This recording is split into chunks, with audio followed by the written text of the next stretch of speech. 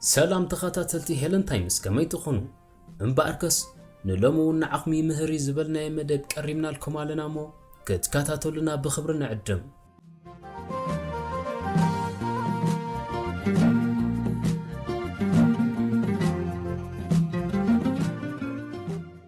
بانانا ابتعنانا زمصو ربحاتات بانانا ازي طعين مچون مقرن كمون حد كابتي كتعدقو تخل حصور حدش فراتاتيو እዚ ኸኣ ንዝኾነ ይኹን ጥዑይ መግቢ ክምገብ ዝደሊ ሰብ ዝበለጸ ምርጫ ከም ዝህልዎም ዝገብር እዩ መበቆሎም ደቡባዊ ምብራቕ ኤስያ እኳ እንተኾነ ኣብ ብዙሕ ምዉቕ ክሊማ ዝዓብዩ ኣብ መላእ ዓለም ክርከቡ ይከኣሉ እዮም እቲ ኣብ ድኳናት ኣስቤዛ ብብዝሒ ዝርከብ ዓይነት ካቨንዲሽ ጽኑዕን ቀጠልያን እኳ እንተኾነ ክበስል ከሎ ግን ብጫን ልስሉስን ጥዑምን እዩ ባናና ብዙሕ ኣድላይ ዝኾኑ ንጥረ ነገራት ዝሓዘ ኮይኑ ክብደት ንምንካይ ምሕቃቕ መግቢ ከምውን ንጥዕና ናይ ልብና ክሕሉን ይኽእል ባናና ኣብ ስነ ፍልጠት ዝተመስረተ ንጥዕናና ዝጠቅም ጥቕምታት እንሆ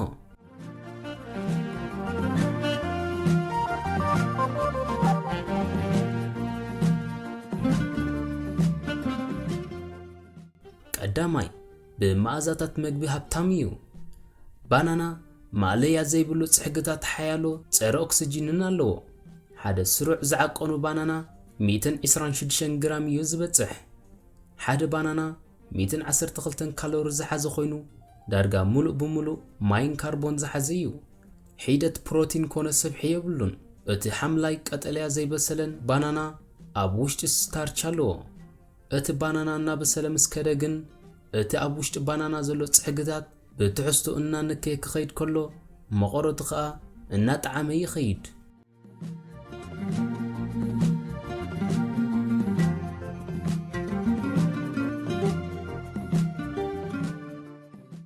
ካልኣይ ኣብ ደም ዘሎ መጠን ሽኮር ከመሓይሽ ይኽእል ባናና ብዝፍትሕ ጽሕግታት ሃብታም እዩ ኣብ እዋን ምሕቃቕ ምግቢ እቲ ዝፍልፍል ጽሕግታት ብፈሳሲ መክኽሞ መለግለግ ይብል ባናና ከም ሰፍነግ ዝመስል ቅርጽ ዝህብውን እዩ ዘይበሰለ ባናና በአካላትካ ዝሓቀቕ ተጻዋርነት ዘለዎ ስታርች እውን ኣለዎ እዚ ክልተ ዓይነት ጽሕጊ እዚ ድሕሪ መግቢ ኣብ ደምካ ዘሎ መጠን ሽኮር ብመጠኑ ክንክ ይኽእል እዩ ኣብ ርእሲ ዝውን ከብድኻ ጥሩሕን ከይከውን ብምንካይ ሸውሃትካ ንምቁጽጻር ክሕግዘካ ይኽእል እዩ ከምዚ ክበሃል ከሎ ባናና ልዑል መጠን ካርቦን እኳ እንተለዎ ኣብቶም ጥዑያት ውልቀ ሰባት ኣብ ደም ዘሎ መጠን ሽኮር ከም ዝውስኽ ኣይገብርን እዩ ይኹን እምበር ሽኮርያ ዘለዎም ሰባት ባናና ክበልዑ ይኽእሉ እኳ እንተኾኑ ካብ ዓቕሞም ንላዕሊ ወይ እውን ብዙሕ ክበልዑ ግን የብሎምን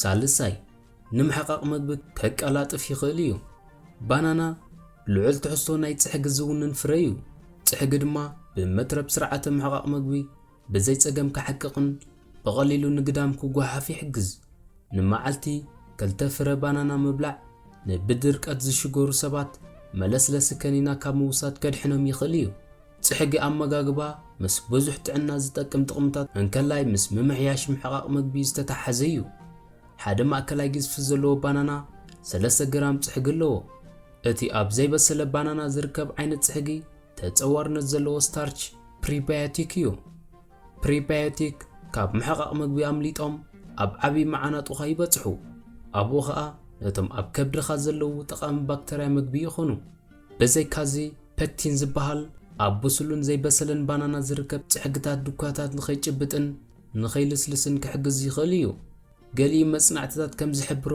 ፔክቲን ካብ መንሽሮ ናይ ኮለን ንምክልኻል ክሕግዝ ይኽእል እዩ እንተኾነ ግን ነዚ ረብሓ እዚ ንምርግጋጽ ኣብ ደቂ ሰብ ምርምር ምግባር ኣድላይ እዩ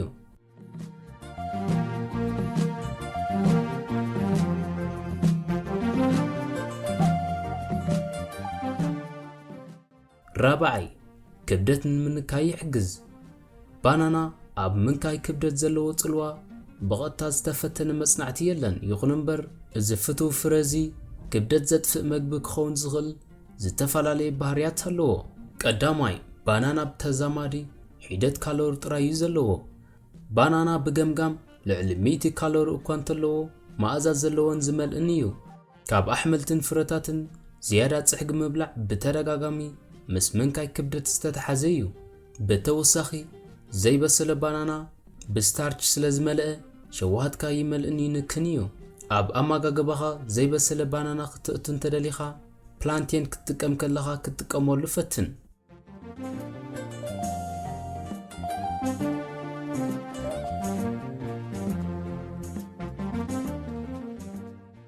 ሓሙሻይ ጥዕና ልቢ ክድግፍ ይኽእል። ፖታሽየም ንጥዕና ልቢ ብፍላይ ከዓ ንጸቕጢ ደም ኣድላይ ዝኾነ ማዕድናት እዩ። ኣገዳስነቱ ብዘይገድስ ኣብ ኣመጋግቦኦም እኹል ፖታሽየም ዝረኽቡ ሰባት ሒደት እዮም። ባናና 10% እቲ ዲቪ ዝህብ ማእከላይ ግዝፊ ዘለዎ ባናና 126 ግራም ስለ ዘለዎ ቀንዲ ምንጪ ፖታሽየም እዩ። ብፖታሽየም ዝመልአ ኣመጋግባ ንጸቕጢ ደምካ ንምንካይ ክሕግዘካ ይኽእል እዩ። ብተወሳኺ እውን መሰረት ብጥንታዊ መጽናዕትን እንስሳታትን እተገብረ መጽናዕቲ እቶም ብዙሕ ፖታሽየም ዝበልዑ ሰባት ንሕማም ልቢ ዘለዎም ኣጋጣሚ ብ27% ይንኪ። ብዘይካዚ ባናና 8% እቲ ማግኔዚየም ዝበሃል ንጥዕና ልቢ ኣገዳሲ ዝኾነ ካልእ ማዕድን ዝሓዘ እዩ። ጉድለት ማግኔዚየም ምስቲ እናወሰኸ ዝኸይድ ሕማም ልቢ፣ ልዑል ጸቕጢ ደም ከምኡውን ምስቲ ኣብ ደም ዘሎ ልዑል መጠን ስብሒ ክትሓዝ ይኽእል እዩ። ስለዚ ካብ ኣመጋግባኻ እኹል ማዕድናት ክትረክብ ኣድላዪ እዩ።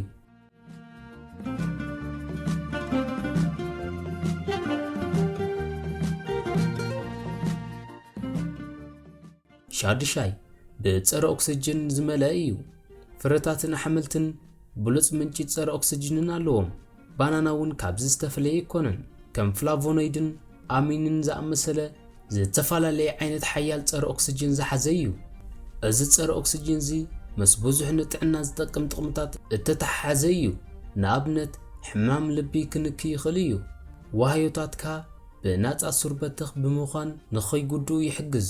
ብዘይ ጸረ ኦክሲጅንን ናጻ ዝኾነ ሱርበትኽ ተግባራት ምስ ግዜ ክሃንጽን ኣብ ኣካላትካ እኹል መጠን ተዳሃልይዎ ክጎድእ ይኽእል እዩ።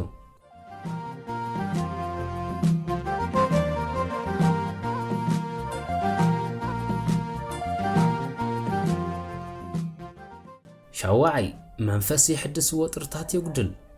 ባናና ትሪፕቶፈን ዝተሰመየ ጠቓሚ ቀመም ይውንን።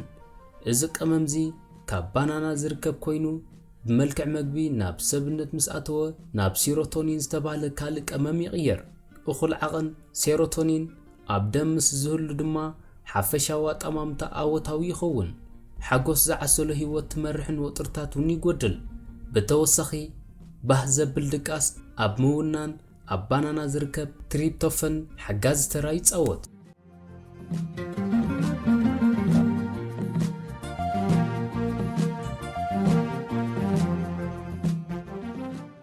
ሻምናይ መንሽሮ ይቃለስ። ባናና ኣብ ምጉልባትን ምብዛሕን ጻዕዲ ዋህዮታት ደም ዝለዓለ ኣገልግሎት ከም ዝህብ እዩ ዝእመነሉ። ሳይቶኪን ዝተባህለ ባእታ ዝውንን ፍረ እዩ። ሳይቶኪን ኣብ ምክልኻልን ምህዳእን መንሽሮ ዝነጥፍ ባእታ ካብ ኮነ ባናና ብምብላዕ ካብ ሕማም መንሽሮ ንከላኸል። ቀንዲ ነጥቢ ባናና ንጥዕናና ዝጠቅም ብዙሕ ፍረታት ዝሓዘ ፍቱው ፍረ እዩ።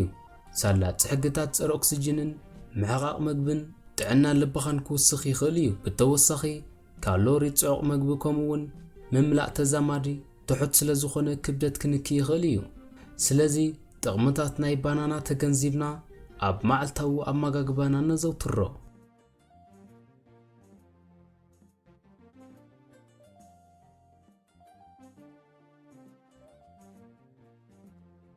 እምበኣር ከስኩብራ ተኸታተልትና ንሎሚ ቀሪብናዮ ዝነበርና መደብ ነዚ ይመስል። ኣብ ዝመጽእ ብኻልእ ትሕዝቶ ክሳብ ንረኽብ ሰሰናይ።